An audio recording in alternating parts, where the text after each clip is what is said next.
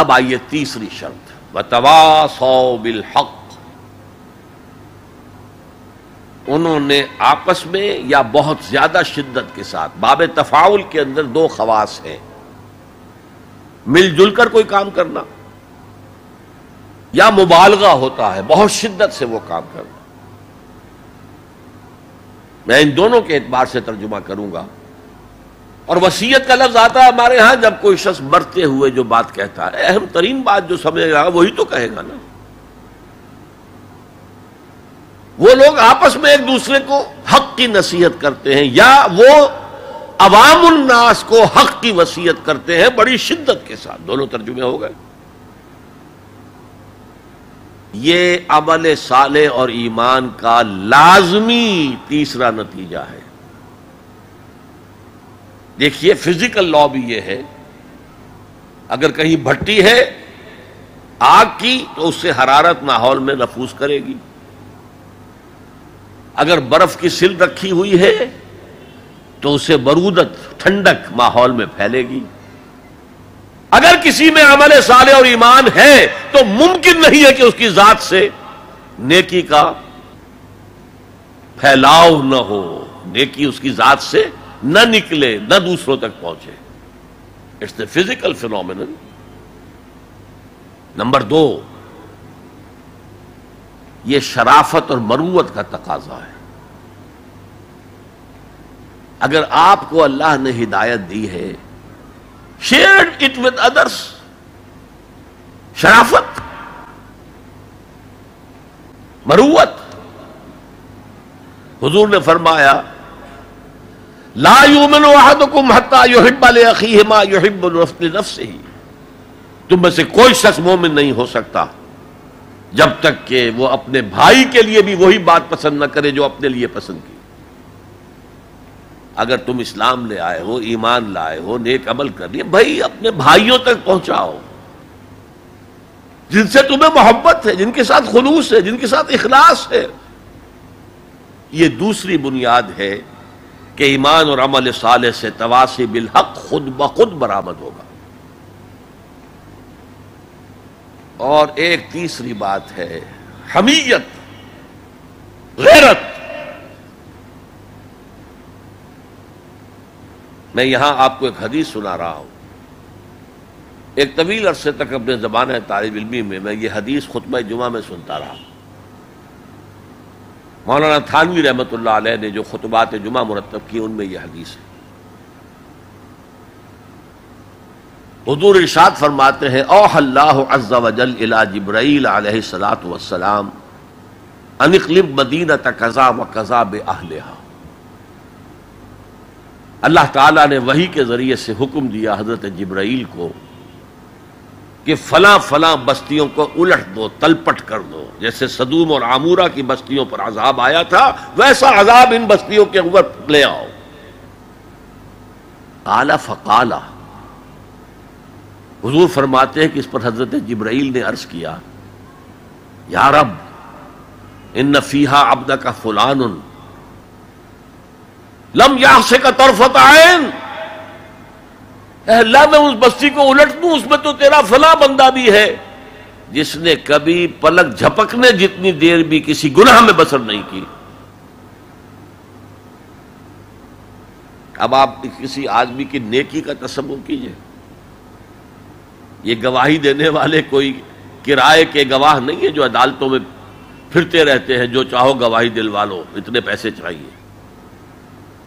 جبرائیل ہیں. اور کس کی جناب میں کہہ رہے ہیں؟ جہاں ابو جہل بھی جھوٹ نہیں بول سکے گا. یا رب ان فیہا عبدک فلان لم یعصک طرفۃ عین، الٹ دوں اس بستی کو. اب جواب سنیے. قال فقال، حضور فرماتے ہیں اس پر اللہ نے فرمایا اقلبھا علیہ وعلیہم، الٹو اس بستی کو، پہلے اس بدبخت پر اور پھر دوسروں پر. فإن وجہہ لم یتبعر فی ساعۃ قط، اس لیے کہ میری غیرت کی وجہ سے کبھی اس کے خون نے جوش نہیں مارا، اس کا چہرے کے اوپر خون نہیں آیا. آپ کو کوئی ماں کی گالی دے، اگر تو آپ میں جان ہے تو وہ جانے دیں گے اس کو؟ اور اگر جان نہیں ہے، آپ اس کا مقابلہ نہیں کر سکتے، تب بھی غصہ آئے گا، کانپیں گے آپ غصے کی وجہ سے، چہرہ آپ کا سرخ ہو جائے گا، یہ تو کم سے کم ہوگا نا۔ لیکن یہ اللہ کا بندہ اپنی نیکی میں لگا رہا، اس نے دیکھا نہیں ماحول میں کیا ہو رہا ہے، ماحول میں اللہ کی شریعت کی دھجیاں بکھیری جا رہی ہیں، ماحول میں اللہ کے احکام پاؤں پہلے رونے جا رہے ہیں، یہ لگا رہا تو فقط اللہ اللہ اللہ، یہ زیادہ بڑا مجرم ہے، لہذا بستی کو پہلے اس پر پلٹو اور پھر دوسروں پر۔ یہ ہے تعلق تواصی بالحق کا ایمان اور عمل صالح کے ساتھ۔ یہ میں پہلے عرض کر چکا ہوں، اس تواصی بالحق میں اصطلاحات بہت سی ہیں۔ حق کی دعوت دینا، اللہ کی طرف دعوت دینا حق ہے نا، اللہ کی ذات حق ہے۔ ذالک بأن اللہ هو الحق، تو تواصی بالحق میں کیا ہوگا؟ ادع الی سبیل ربک بالحکمۃ والموعظۃ الحسنۃ وجادلھم باللتی احسن، یہ بھی تواصی بالحق ہے۔ نیکی کا حکم دو، بدی سے روکو، تأمرون بالمعروف وتنہون عن المنکر، یہ بھی تواصی بالحق ہے۔ اور اس کے درجات کہاں سے کہاں تک ہیں؟ اگر بچے کہیں گلی میں کھیل رہے ہیں، کرکٹ کھیل رہے ہیں، آپ ان سے کہتے ہیں بیٹو یہ یہاں پر کھیلنے کی جگہ نہیں ہے، آپ کسی گاڑی کا شیشہ توڑیں گے، آپ کی گیند جو ہے اس سے کسی گاڑی کو نقصان پہنچے گا، کسی انسان کو چوٹ لگ جائے گی، پھر کیا آپ بچ کر چلے جائیں گے وہاں سے؟ آپ کون ہوتے ہیں؟ ہوگی کہ نہیں؟ ریزنٹمنٹ ہوگی کہ نہیں؟ کبھی بھی اس تواصی بالحق کو خندہ پیشانی سے نہیں سنا گیا، نہیں برداشت کیا گیا۔ اور اگر کچھ لوگ سمجھتے ہیں کہ ہم تواصی بالحق کر رہے ہیں، پھر بھی معاشرہ اس سے کچھ نہ کہے، انہیں کوئی تکلیف نہ پہنچائے، اس کا مطلب ہے انہوں نے حق کا کوئی ایسا حصہ لیا ہے کہ جو لوگوں کی دکھتی رگ کو نہیں چھیڑتا، اس سے بچ بچ کر چل رہے۔ اگر وہ حق کامل ہو تو باطل کبھی تسلیم نہیں کرے گا، باطل ریٹیلیٹ کرے گا۔ اب آپ سنیے ایک اور بات، یہ چھوٹا حق تھا کہ بیٹو یہاں نہ کھیلو، کسی گراؤنڈ میں جا کر کھیلو۔ سب سے بڑا حق کیا ہے؟ اس کائنات کا خالق، مالک اور حاکم اللہ ہے، اس کا حکم یہاں نافذ ہونا چاہیے، یہ حق ہے۔ اگر نہیں ہے تو اللہ کے خلاف بغاوت ہے۔ اس کی آپ اگر تلقین کریں گے تو آپ ایگزسٹنگ سسٹم کے باغی قرار پائیں گے۔ پوری دنیا میں secularism, sovereignty of the people, تم کیا کہہ رہے ہو؟ تمہاری یہ ڈفلی کیا بجا رہی ہے؟ خدا کی ساورنٹی، یہ سب سے بڑا حق ہے۔ اس حق پر جو بھی ریزنٹمنٹ ہوئی تھی مکے میں، جیسے جیسے ستائے گئے تھے حضور اور آپ کے صحابہ، وہ آپ کے علم ہے۔ اگر تواصی بالحق ہو رہا اور ریزنٹمنٹ نہ ہو تو پھر آپ حق کی تعلیم نہیں دے رہے، اس کے کسی ایسے جز کی دے رہے ہیں کہ جس سے کسی کو کوئی نقصان نہ پہنچتا ہو، بس۔ یہ کوئی جینٹل مین ایگریمنٹ ہے آپ کا وقت کے نظام کے ساتھ، ہم تمہیں چھیڑیں گے نہیں، باقی ہمیں واز کہنے دو، کہے جاؤ۔ اسی لیے فرمایا من رأى منکم منکرا فلیغیرہ بیدہ، جو شخص تم میں سے کسی منکر کو دیکھے، کسی بدی کو دیکھے، کسی خلاف حق بات کو دیکھے، اس کا فرض ہے کہ اسے طاقت کے ساتھ اپنے ہاتھ سے روکے۔ فإن لم یستطع، اگر اس کی طاقت نہ ہو، فبلسانہ، ہی تو زبان سے تو کہہ دو کہ خدا کے بندے یہ کام نہ کرو، یہ غلط ہے، یہ حرام کام ہے، اللہ کے غضب کو دعوت نہ دو، یہ تو کہہ دو۔ اور اگر زبانوں پر بھی تالے ڈال دیے گئے ہوں تو پھر کم سے کم دل سے شدید نفرت کرو۔ اگر یہ بھی نہیں ہے تو پھر ایمان نہیں ہے۔ ذالک اضعف الایمان، یہ ایمان کا کمزور ترین درجہ ہے۔ من رأى منکم منکرا فلیغیرہ بیدہ فإن لم یستطع فبلسانہ فإن لم یستطع فبقلبہ فذالک اضعف الایمان، یہ ایمان کا کمزور ترین درجہ ہے۔ اگر یہ بھی نہیں ہے، بدی کو پھیلتے ہوئے پھلتے ہوئے پھولتے ہوئے ہم دیکھ رہے ہوں اور ہماری نیند میں بھی خلل نہ آئے، ہماری غیرت جوش میں نہ آئے، ہم اس کو بدلنے کی کوئی صحیح نہ کریں، ہمیں اس کا افسوس تک نہ ہو، وائے ناکامی مکائے کارواں جاتا رہا، کارواں کے دل سے احساس زیاں جاتا رہا، تو پھر ایمان کا کیا سوال ہے؟ اسی مضمون کی ایک اور حدیث ہے، یہ حضرت ابو سعید الخدری رضی اللہ تعالیٰ عنہ سے، اور مسلم شریف کی روایت ہے جو میں نے آپ کو سنائی، اسی مسلم شریف میں عبداللہ ابن مسعود سے روایت ہے۔ قال النبی صلی اللہ علیہ وسلم ما بعث اللہ من نبی فی قومہ من قبلی الا کان لہ اصحاب وحواریون یاخذون بامرہ ویقتدون بسنتہ۔ اللہ تعالیٰ نے جس قوم میں بھی کسی نبی کو مبعوث کیا، اس میں اس کے کچھ نہ کچھ صحابہ، کچھ حواری ہوتے تھے، تھوڑے ہوں زیادہ ہوں۔ وہ کیا کرتے تھے؟ اپنے نبی کی سنت کو مضبوطی سے پکڑ لیتے تھے اور ان کے حکم کی پیروی کرتے تھے۔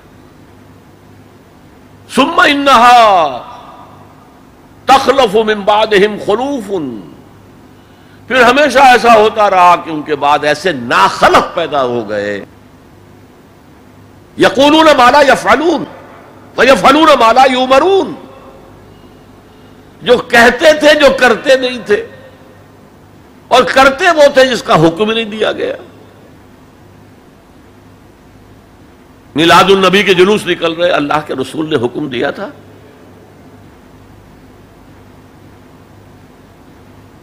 کرتے وہ ہیں جس کا حکم نہیں دیا گیا۔ یفعلون ما لا یؤمرون ویقولون ما لا یفعلون، اور کہتے وہ ہیں جو کرتے نہیں ہیں۔ اب سنیے، فمن جاہدہم بیدہ فہو مومن، جو ایسے لوگوں کے خلاف، وہ مسلمان ہوں گے نا وہ، ثم انہا تخلف من بعدہم خلوف، یہ غیر مسلموں کی بات نہیں ہو رہی ہے، مسلمانوں کی، مسلمان حکمران آئے ایسے۔ فمن جاہدہم بیدہ فہو مومن، جو کوئی ان کے خلاف جہاد کرے گا ہاتھ سے، طاقت سے، وہ مومن ہوگا۔ ومن جاہدہم بلسانہ فہو مومن، اور جو ان سے جہاد کرے گا زبان سے، وہ مومن ہوگا۔ ومن جاہدہم بقلبہ فہو مومن، جو دل سے جہاد کرے گا، یعنی دل سے شدید نفرت رکھے گا، فہو مومن، وہ بھی مومن ہوگا۔ وَلَيْسَ وَرَاءَ ذَلِكَ مِنَ الْإِيمَانِ حَبَّةُ خَرْدَلٍ، اس کے بعد تو ایمان رائی کے دانے کے برابر بھی نہیں۔ یہ ہے تواصی بالحق، حق کی وصیت کرنا۔ اچھا، اس میں جو دوسرا پہلو میں نے گنوایا تھا، ایک ہے اس کا عام مفہوم، لوگوں کو پوری شدت کے ساتھ حق کی طرف دعوت دینا، حق کی وصیت کرنا، امر بالمعروف کرنا، نہی عن المنکر کرنا، دین کی طرف بلانا۔ ایک یہ آپس میں حق کی وصیت کرنا۔ یہاں سے تصور ابھرتا ہے کہ جو لوگ ایمان اور عمل صالح کی وادیوں میں سے گزر رہے ہوں، انہیں ایک جماعتی شکل میں ہونا چاہیے، اور اس جماعت کی روح ہونی چاہیے تواصی بالحق۔ آپ کا ایک بھائی غلطی کر رہا ہے، روکیے اس کو۔ آپ کا ایک ساتھی اس کی کچھ ہمت جواب دے رہی ہے، اس کو حوصلہ دیجیے، اس کو بڑھائیے۔ یہ تواصی بالحق نہیں ہوگا تو جماعتی زندگی جو ہے وہ کمزور ہوتی چلی جائے گی۔ اس کو مولانا فراہی رحمۃ اللہ علیہ نے لکھا ہے کہ اس تواسی سے پہلے تو ایک جماعتی زندگی لازم آتی ہے اور پھر نظام خلافت کا قیام لازم آتا ہے. اس لیے کہ ایک کام ہے یہ تواصی بالحق کا جو ہم اپنے معاشرے میں کریں، ایک ہے اس کا کام جو پوری عالمی سطح پر ہو. یہ عالمی سطح پر کون کرے گا؟ جب خلافت کا نظام قائم ہوگا تب وہ عالمی سطح پر ہوگا. تو وجوب قیام خلافت یہ مولانا فراہی نے اپنی تفسیر سورۃ العصر کے اندر بیان کیا. یہ تواسی کے لفظ ہے اور یہ جماعتی زندگی نوٹ کر لیجئے. حضور نے فرمایا ید اللہ علی الجماعہ، اللہ کا ہاتھ جماعت کے اوپر ہوتا ہے، یعنی اللہ کی تائید، اللہ کی نصرت جماعت کے ساتھ منحصر. حضرت عمر فرماتے لا اسلام الا بالجماعہ ولا جماعہ الا بالامارہ ولا امارہ الا بالاطاعہ. جماعت کے بغیر کوئی اسلام نہیں اور امارت کے بغیر کوئی جماعت نہیں اور اطاعت کے بغیر کسی امیر کا کوئی فائدہ ہی نہیں، اس کا حکم مان. تو تواصی بالحق کے ضمن میں ایک اجتماعی زندگی ناگزیر ہے. اسے ایک بڑے پیمانے پر کرنے کے لیے، اور سب سے بڑا پیمانہ کیا ہوگا؟ خلافت راشدہ کا نظام کہیں قائم ہو تاکہ وہ پوری دنیا میں تواصی بالحق اس کا فریضہ سر انجام دے. اس لیے کہ حضور کی بعثت جو ہے وہ صرف اہل عرب کی طرف نہیں تھی. وما ارسلناک الا کافۃ للناس بشیرا ونذیرا، اے محمد ہم نے نہیں بھیجا ہے آپ کو مگر تمام انسانوں کے لیے بشیر اور نذیر بنا کر. اب آئیے تواصی بالصبر.